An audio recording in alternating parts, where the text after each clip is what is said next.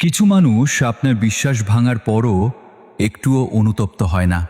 আপনি রাতের পর রাত কাঁদবেন, ঘুম হারাবেন, নিজেকে প্রশ্ন করবেন, আমি কি সত্যিই এতটাই খারাপ ছিলাম? অথচ যে মানুষটা আপনার হৃদয়টা ভেঙে দিয়েছে সে হয়তো দিব্যি হাসছে। আর সবচেয়ে কষ্টের বিষয়, তাকে একবার চোখের সামনে দেখলেই আপনার পুরনো কষ্টগুলো আবার জীবন্ত হয়ে উঠবে। একটা সত্যি ঘটনা বলি। একজন মানুষ ছিল যে তার প্রিয় মানুষটাকে নিজের জীবনের চেয়েও বেশি বিশ্বাস করত। তার কাছে ভালোবাসা মানে ছিল একসাথে থাকা, বিপদে পাশে থাকা আর একে অপরের প্রতি সত্য থাকা।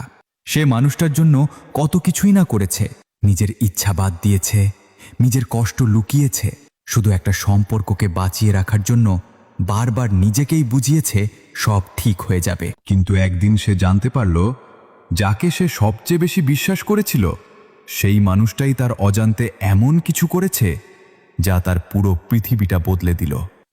প্রথমে সে বিশ্বাস করতে পারেনি, বারবার নিজেকে বলেছে, না, এটা হতে পারে না। কিন্তু সত্যি যখন সামনে এলো তখন তার চোখের পানি থামছিল না।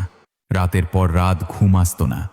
ফোনটা হাতে নিয়ে পুরনো কথাগুলো পড়ত, পুরনো ছবিগুলো দেখত আর ভাবত, যে মানুষটা আমাকে এত আপন করে কথা বলতো সে কিভাবে এত সহজে আমার বিশ্বাসটা ভেঙে দিল।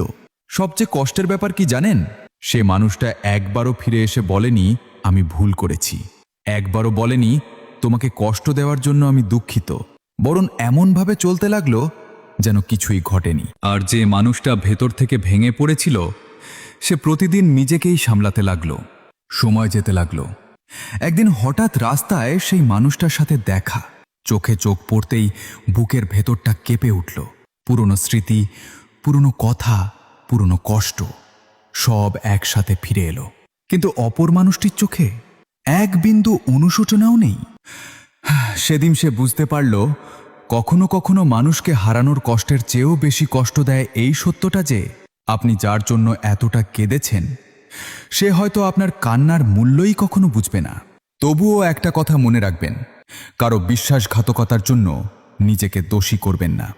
আপনি সত্য ছিলেন, এটাই আপনার সৌন্দর্য। আপনি বিশ্বাস করেছিলেন, এটা আপনার দুর্বলতা নয়। আপনি ভালোবেসেছিলেন, এটা আপনার অপরাধ নয়। কিছু মানুষ আমাদের জীবনে আসে থাকার জন্য নয়, শিখিয়ে যাওয়ার জন্য। আর একদিন আপনি যখন সত্যিই সুস্থ হয়ে উঠবেন তখন হয়তো সেই মানুষটাকে দেখেও আর আপনার ঘুম হারাম হবে না। কারণ তখন আপনি বুঝবেন যে মানুষ আপনার বিশ্বাসের মূল্য দেয়নি, সে আপনার চোখের পানিরও যোগ্য ছিল না। আর বিশ্বাস ভাঙার পর সবচেয়ে বড় প্রতিশোধ হলো নিজেকে আবার আগের চেয়েও সুন্দরভাবে গড়ে তোলা।